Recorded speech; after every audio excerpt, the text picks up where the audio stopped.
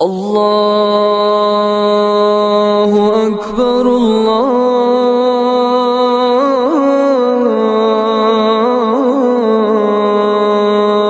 اکبر۔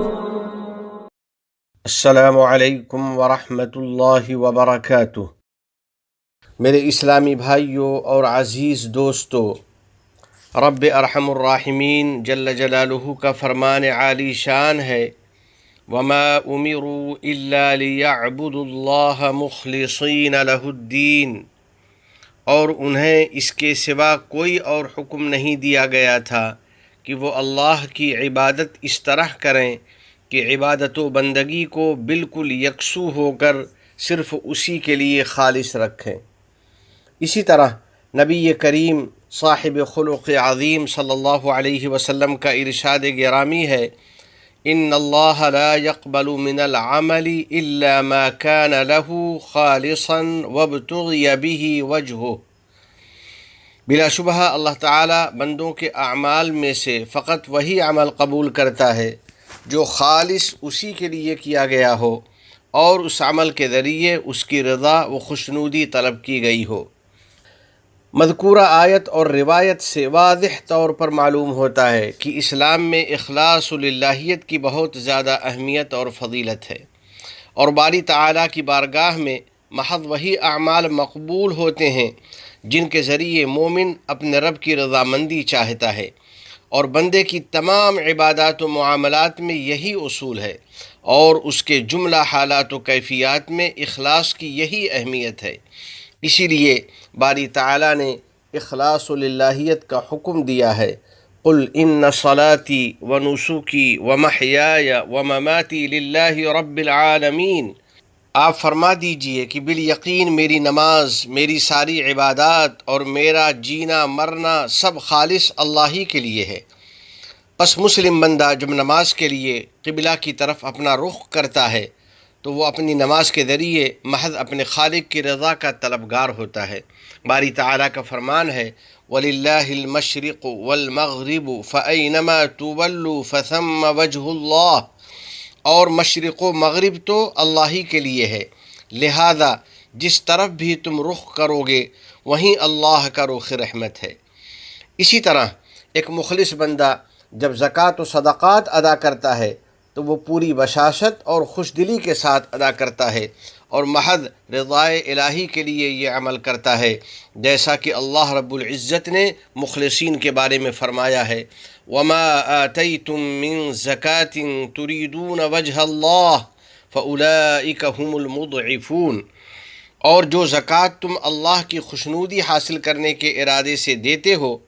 تو جو لوگ بھی ایسا کرتے ہیں وہ اپنے اجر کو کئی گنا بڑھا لیتے ہیں، یعنی یہی وہ بندے ہیں اللہ تعالیٰ جن کا ثواب کافی زیادہ بڑھا دیتا ہے اور ان کے اجر میں بہت اضافہ کر دیتا ہے۔ رسول رحمت صلی اللہ علیہ وسلم نے ارشاد فرمایا ہے، إِنَّكَ لَن تُنفِقَ نَفَقَةً تَبْتَغِي بِهَا وَجْهَ اللَّهِ إِلَّا أُجِرْتَ عَلَيْهَا۔ بلا شبہ اللہ کی خوشنودی حاصل کرنے کے لیے جو کچھ بھی تم خرچ کرو گے اس پر تمہیں اجر عطا کیا جائے گا۔ اخلاص للہیت کا اہتمام کرنے والوں، در حقیقت ایک مسلمان کی یہی شان ہوتی ہے کہ وہ ہر نیکی خالص لوجہ اللہ کرتا ہے اور ہر بھلائی محض رضائے الہی کے لیے انجام دیتا ہے، تاکہ وہ بھی ان مخلص بندوں میں شامل ہو جائے جن کی بابت اللہ جل جلالہ نے فرمایا ہے، انما نطعمکم لوجہ اللہ لا نرید منکم جزاء ولا شکورا۔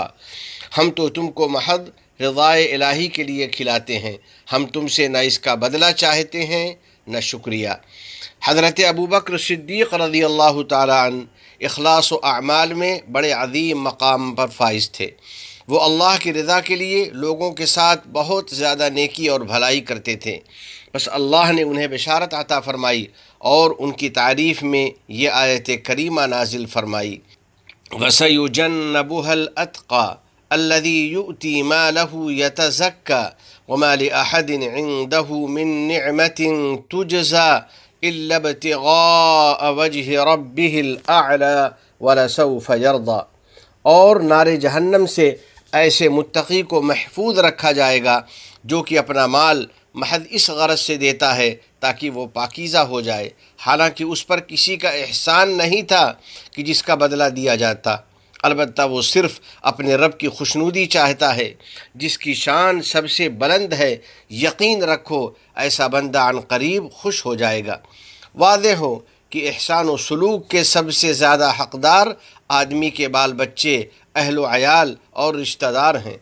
لہذا ہم سب کو اپنے بال بچوں کے ساتھ احسان و کرم کرنا چاہیے، عزیز و اقارب کے ساتھ صلہ رحمی کرنی چاہیے، ان کی غلطیوں کو نظر انداز کر دینا چاہیے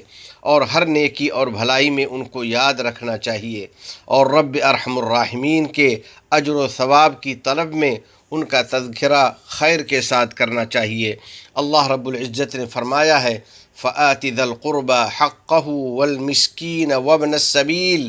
ذَلِكَ خَيْرٌ لِّلَّذِينَ يُرِيدُونَ وَجْهَ اللَّهِ، پھر قرابت دار کو اس کا حق دیا کرو اور مسکین اور مسافر کو بھی، یہ ان لوگوں کے لیے بہتر ہے جو اللہ کی رضا کے طالب ہیں۔ یا اللہ یا رب العالمین، جو بندے اپنے اعمال کے ذریعے محض تیری رضا چاہتے ہیں، ہمیں بھی ان مخلص بندوں میں شامل فرما لے تاکہ ہم بھی تیرے نزدیک کامیاب ہو جائیں۔ حضرات سامعین و رفیقان گرامی قدر، وہ نیک اعمال جن کے اہتمام پر اللہ تعالیٰ نے اپنے بندوں کی تعریف فرمائی ہے، ان میں اللہ کی رضا کے لیے صبر کرنا اور غصے کو پی جانا بھی شامل ہے۔ چنانچہ نبی کریم صاحب خلق عظیم صلی اللہ علیہ وسلم کا ارشاد ہے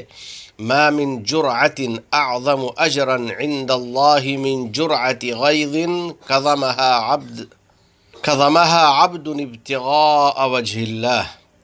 کوئی بھی گھونٹ اللہ کے نزدیک اجر و ثواب میں غصے کے اس گھونٹ سے بڑھ کر نہیں جسے بندہ محض اللہ کی رضا کے لیے پی جائے۔